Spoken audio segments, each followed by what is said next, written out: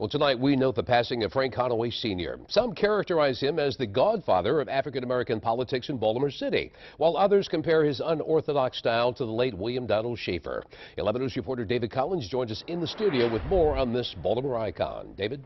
Stan, Frank Conaway Sr. is being remembered by family, friends, and peers as one of the most colorful, fearless, and dedicated public servants in the city's history.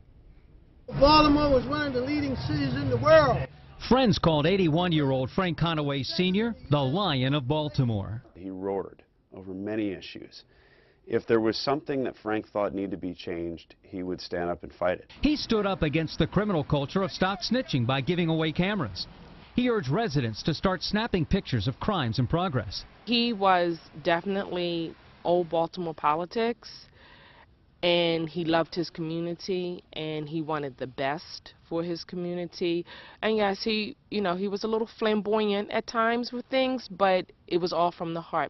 Back in 1982, he got into hot water while helping his wife campaign for City Register of Wills. He was also making an unsuccessful re-election bid as a delegate.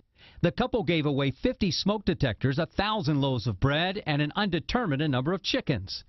They denied the giveaways were intended to win votes. They said it was designed to draw attention to inner-city hunger and the rising death toll from city house fires that year.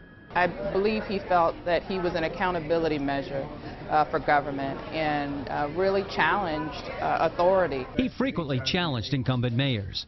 According to the Sun paper, he ran for sheriff on a cowboy platform, handed out photos of himself in cowboy attire. He helped his son Frank Jr. win his old State House seat back in 2006. Sr. is best known as the long-serving clerk of courts in Baltimore City. His daughter Belinda is Register of Wills. He saw himself as Papa Bear of a political family dynasty. Uncle Frank was a true family man. He loved his family. He supported all of us. Frank Sr. began his political career during the start of Black Power. He called himself the godfather of African-American politics. This is a man who couldn't even eat at a lunch counter until his 30s. And this is a man who helped make Baltimore a better place because he took on authority. He attended Frederick Douglass High School and Morgan University. He boxed, serving in the U.S. Army. Whether you agree with him or disagreed with him, he was a public servant for decades and has really given so much to Baltimore. So he's certainly going to be missed. Governor Larry Hogan expressed his condolences. He said Maryland has lost a tremendous public servant. Nobody, he says, had the presence and personality of Frank Conaway. Lieutenant Governor Boyd Rutherford said he had lunch with Frank just last Wednesday and, quote, he was feisty and full of life as ever. Funeral plans are still being made.